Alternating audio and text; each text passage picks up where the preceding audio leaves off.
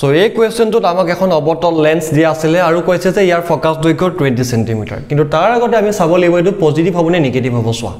অবতল লেন্সৰ focus দৈৰ্ঘ্যটো সদায় তোমাৰ কি হ'ব এইফালে থাকিব আৰু ইফালে তোমাৰ কি হ'ব সদায় নেগেটিভ হ'ব সো ফোকাস দৈৰ্ঘ্যটো যে 20 সেমি বুলি দিয়া আছে আমি ইয়াত -20 সেমি বুলি লিখি ল'ব লাগিব এই মাইনাস চিহ্নডাল দিবলৈ নাপাহৰিবা এতিয়া সোৱা আমি ইয়াত কি উলিয়াব লাগে ক্ষমতা উলিয়াব লাগে পাৱাৰ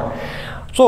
ক্ষমতা উলিয়াবলৈ হলে যেটো ফোকাস দৈৰ্ঘ্য তাক আমি কি কৰিম SI ইউনিটলৈ কনভাৰ্ট কৰিব লাগিব সেন্টিমিটাৰ থাকিলে নহব এটো মিটাৰত থাকিব লাগিব আৰু মিটাৰত থাকিবলৈ হলে কি কৰিব লাগিব আমি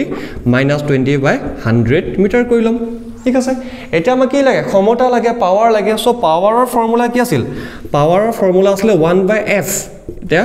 1/f ৰ ভ্যালু আমি পুট কৰি -20/100 ঠিক আছে